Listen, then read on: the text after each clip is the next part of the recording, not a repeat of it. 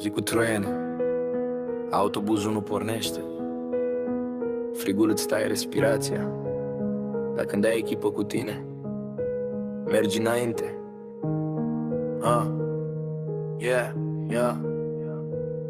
Eram blocați în stație, zăpadă trecea de glezne, autobuzul mor pe linie, nici nu voia să răsufle. Era 3 după amiază, cerul gri, soarea în valuri. Șoferul vine, ridică din numeri, vă descurcați singur, fraților. Atunci am strâns echipa, 10 oameni, 10 inimi. Nu eram pregătiți de drum, dar aveam aceeași țintă. Transbusul 2, am urcat, scuturați de ger și ceață. Ne-am lăsat urmele în spate, viscolul ni le îngheață. La gara veche am ajuns, un loc uitat de lume, liniile pline de chiciură, trenul vine cu minune. Ne-am urcat fără să cerem, că aveam un drum de duș. În timp ce fulgi băteau un geam, noi simțeam că suntem sus. Prin viscol, prin troiene, nu ne oprește vremea rea. 10 oameni pe un drum, luptând cu iarna grea. Pas cu pas, kilometrul pe întuneric și furtună. Când ai echipa lângă tine, n-ai cum să cazi în genunchi vreodată. Imens și vântăios, am ținut capul ridicat și am ajuns acasă noapte, obosiți, dar neclintiți. Nu contează cât de lung e drumul, când ai focul în privire. Noi am învins troienele, asta-i mică noastră știre.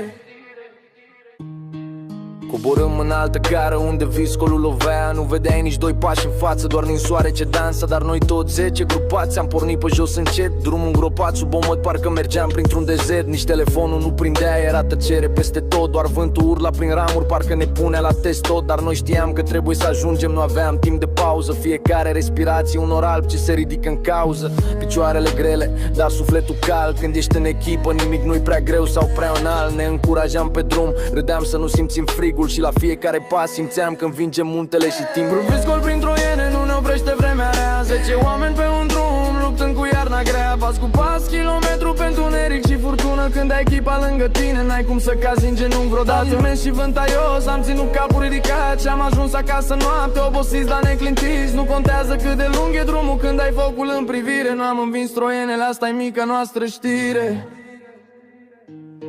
Era deja aproape noapte, frigul ne îmbrăca în sticlă, dar sub hainele ude era voință, era luptă. Ne uitam spre lumini, în depărtare ca un far. Fiecare metru câștigat era ca un mic altar. Și când ceasul arăta 9 seară fix, am pășit pe strada noastră, am învins codul de viscol mix. Nimeni nu credea că ajungem, dar noi am demonstrat că nu există drum prea greu când mergi organizat.